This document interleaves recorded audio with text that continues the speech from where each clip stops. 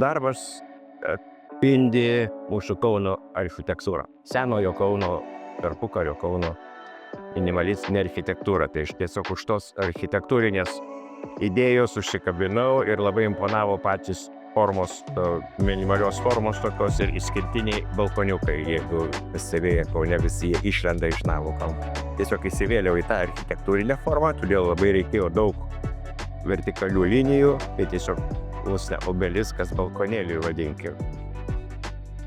Ta idėja tokia, balkonėlis kaip atskira detalė, truputėlį kontrastuoja su vertikaliom formom, atsiranda ta būtent išskirtinė apvali formelė. Na ir toliau faktūrų žaismas, architektūriniai dalykai su plastika jungiame tiesiog.